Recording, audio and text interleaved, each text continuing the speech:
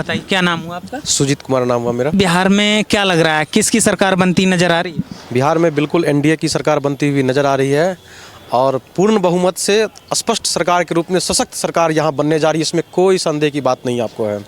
जिस प्रकार से बिहार में नीतीश कुमार ने काम किया है, एनडीए की सरकार ने काम किया, किसी से छुपा हुआ नहीं है। पहले लोग शिक्षा पाने के लिए बिहार से बाहर जाते थे, लेकिन आज आप जब बिहार में कोई ऐसा जिला नहीं बचा है जहाँ पे आपको इंजीनियरिंग कॉलेज नहीं आपको है, आज पॉलिटेक्निक कॉलेज नहीं आपको है, आईटीआई कॉलेज आपको एक एक अनुमंडल में आपको है, एक एक अनुमंडल में आपको आईटीआई कॉलेज आपको हो चुका है। इतना ही नहीं, आप आज देखेंगे तो बिहार के कई जिलों में, महत्वपूर्ण जिलों में आपको आज मेडिकल कॉलेज भी हो रहे हैं। मुझे लगता है कि शायद 15 से अधिक जिलों में मेडिकल कॉलेज खुल चुके हैं या खुलने वाले आपको हैं। बहुत सारे जगहों में आपको अब ओपीडी स्टार्ट होने वाला है। इतना बड़ा विकास का कोई काम किया तो वो एनडीए सरकार ही किया है। यहाँ के बच्चों के लिए, रोजगार के लिए, और उस रोजगार को गुणवत्तापूर्ण बनाने का काम किसी सरकार ने किया तो वो एनडीए सरकार ने किया आपको है। तो बिहार की जनता ने उस दौर को देखा है जिस दौर में लोग यहाँ पे अधूरी शिक्षा लेकर के, वो जब चरवाहा विद्यालय खोल करके बिहार के शिक्षा का मजाक उड़ाया गया था, उस दौर को भी बिहार की जनता ने देखा है। आज यहाँ के बच्चे, आज आपको आप देखेंगे आपको तो पूरी तरह से आपको स्मार्टनेस के साथ स्मार्ट एजुकेशन, ई लर्निंग, इतना ही नहीं बल्कि हर एक टेक्नोलॉजी के साथ आपको जुड़े हुए आपको हैं। बिहार के विश्वविद्यालयों में आप जाएंगे तो आज जो दशा में बदलाव हुआ है, जो गुणवत्तापूर्ण शिक्षा हुई है और साथ साथ मेडिकल इंजीनियरिंग के क्षेत्र में जो विकास हुआ वह सिर्फ और सिर्फ एनडीए सरकार के कारण हुआ आपको है। तो मतलब बिहार की जनता अब उस दौर में नहीं जाना चाहती है, अब विकास जो विकास करेगा उस सरकार को, उस नेता को चुने। बिल्कुल, आप देखिए बिहार की जनता ने इसको इसलिए भी चुना है। एक समय, एक दौर ऐसा था जब हमारी माँ बहन जो थी, जो बेटियां होती थी, वो स्कूल जाने से डरती थी। आपको नीतीश कुमार की सरकार ने, एनडीए की सरकार ने उसको साइकिल दे करके उसके शिक्षा का सबसे पहला वादा को दूर किया। उसको पोशाक नहीं था, वो पोशाक के अभाव में वो घर से निकल करके वो पढ़ने के लिए नहीं जा सकती थी।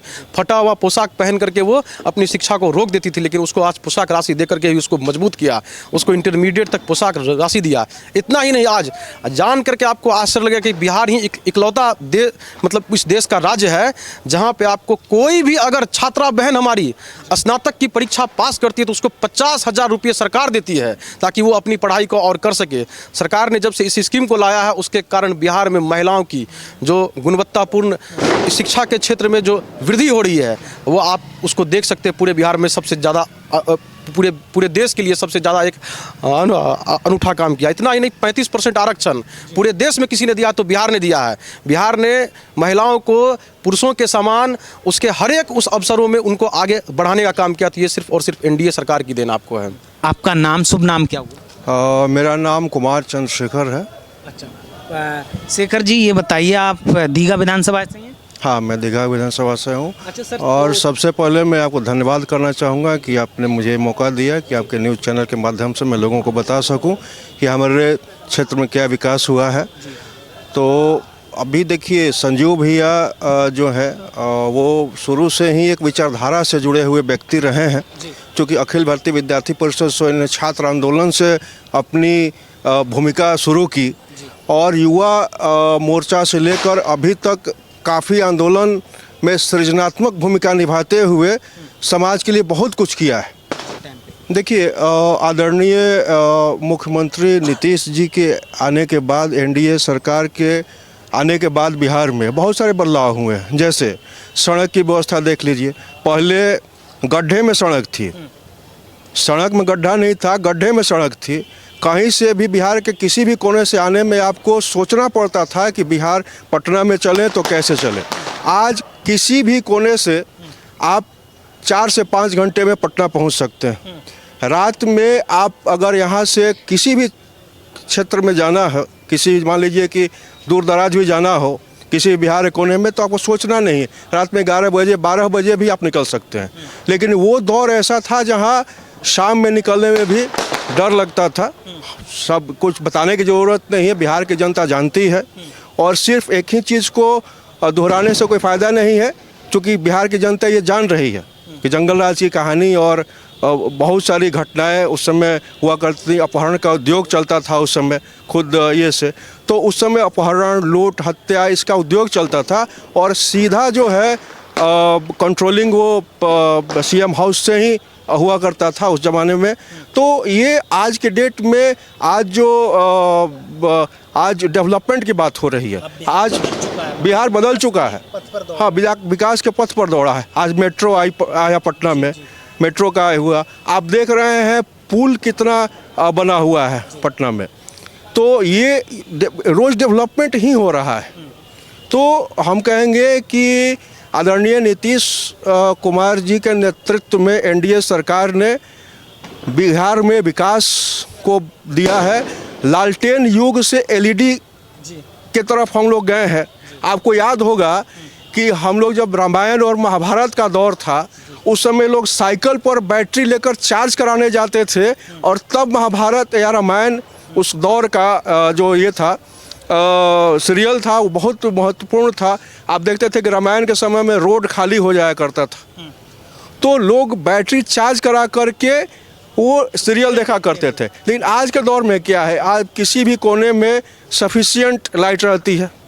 फिर तो आज सोचने की ज़रूरत नहीं है, टीवी ऑन किए, लाइट है, आप देख सकते हैं।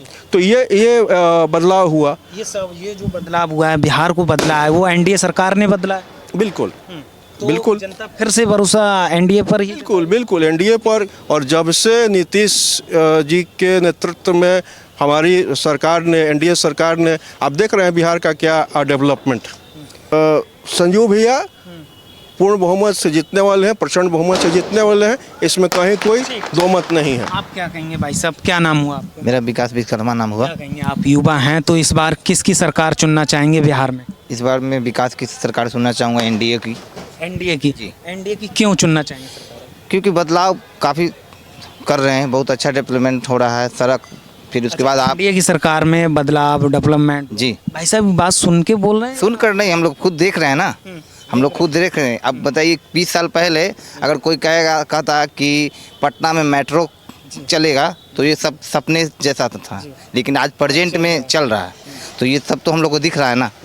तो फिर एनडीए तो की। जो विकास करेगा जनता उसके साथ। जी बिल्कुल। तो तेजस्वी यादव भी तो कह रहे हैं कि हमें मौका दीजिए, हम भी विकास करेंगे, युवाओं को नौकरियां देंगे। ठीक है, नौकरियां देंगे, लेकिन वो कह रहे हैं कि 3.5 करोड़ मतलब घर घर से एक नौकरी देंगे। तो ये संभव है? वो संभव है? नहीं है। बिल्कुल नहीं। जब वो बात ही गलत कर रहे हैं तो कैसे भरोसा जनता करेगी उसमें, उन पे? वो बात ही गलत कर रहे हैं ना कि हर घर से इतना नौकरी तो केंद्र के पास भी नहीं है। अब बिहार राज्य में दे देंगे वो, उनको 15 साल मिला तो उनके पिताजी कितना नौकरियाँ दी? वो तो कह रहे हैं जो भी अच्छा काम हुआ वो तो आरजेडी के समय में हुआ, और नीतीश जी की जो सरकार है एनडीए की, इन्हें तो बिहार को पीछे ले जाने का काम किया। किस दौर से पीछे अगर उनके पिताजी विकास करते तो मैट्रिक तक तो भी पढ़ नहीं पाए। अगर उनके कार्यकाल का विकास है तो उनको मैट्रिक तो कम से कम कर लेना चाहिए था। वो तो खुद मैट्रिक नहीं कर पाए, अभी बोल रहे हैं कि हम विकास करेंगे।